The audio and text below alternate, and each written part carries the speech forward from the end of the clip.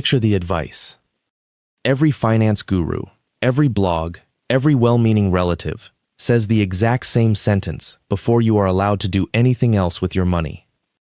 Build 3 to 6 months of expenses in cash. Then, and only then, invest. Then pay extra on debt. Then live your life. It sounds responsible. It sounds like math.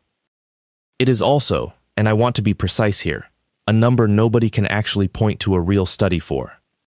Today I am going to show you where 3 to 6 months actually came from, what parking that cash is quietly costing you, what a real emergency actually costs versus what the rule assumes, and why the man most responsible for popularizing this advice tells people to start with a fund 1/10 that size. Quick thing first, because I have to. Everything I am about to say is general information and my own opinion, not financial advice. Check every number against your own situation, and if I got something wrong, the comments are right there. I am a cartoon man with a round head. My entire emergency fund is a rounding error. And no, I am not about to tell you to keep $0 saved and improvise. That is a different, much dumber video. Let us go find out where this number actually came from. Here is the twist nobody expects. 3 to 6 months of expenses sounds like it was handed down from a rigorous study of how long the average financial disaster actually lasts. It was not. Trace the number back far enough, and you land on a 1996 paper by Greninger, Hampton, Kitt, and Achacoso that surveyed financial planners about what they personally considered a healthy liquidity ratio. Not families, not real emergencies. Planners describing their own gut sense of a comfortable number. That survey landed around 2.5 to 3 months, and somewhere between then and now, the number crept upward, got repeated in enough textbooks and blog posts, and hardened into gospel. Go look up the biggest personal finance site that teaches the fully funded version of this rule today. There is no citation, no study linked, no math shown. Just the number, presented like a law of physics. And the number has not even stayed still. Older guidance often said 3 months. Newer guidance often says 6. Nobody reran the research to justify doubling it. The number simply drifted upward the way rumors do, each writer rounding up to be safe until 6 became the new default. So the very first thing to understand is this: 3 to 6 months is not a discovery.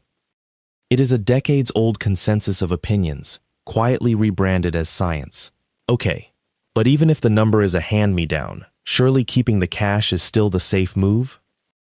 Not always, and here is the part the advice conveniently skips. Right now, the national average savings account pays 0.38% interest a year. Not 3.8, 0.38. Meanwhile, the stock market, the S&P 500 specifically, has averaged something close to 10% a year since the 1950s. That gap alone should bother you. But here is the number that should really sting.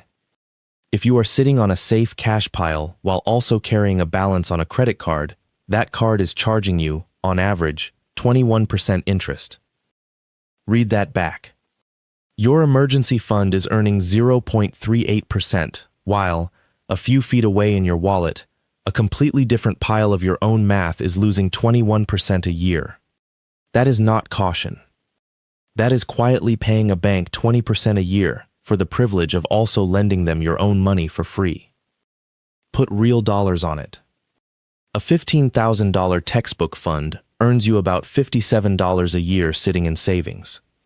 Invested instead, that same $15,000 would average something closer to $1,500 a year. That is not a rounding difference. That is a whole vacation's worth of money, evaporating every single year, in exchange for a feeling of safety the math does not actually require. Fine, forget the interest rate math. What does a real emergency actually cost? Not the movie version, the actual number.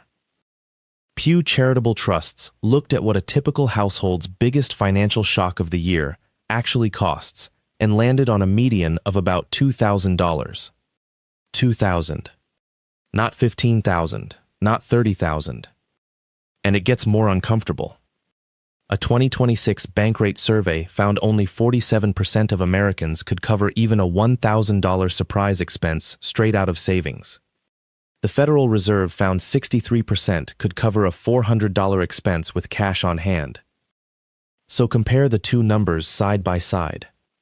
The textbook fund, 3 to 6 months of expenses, often works out to $10, $20, even $30,000 for an average household. The actual emergency it is meant to catch usually costs a few hundred to a couple thousand. You are being told to build a bomb shelter for a paper cut.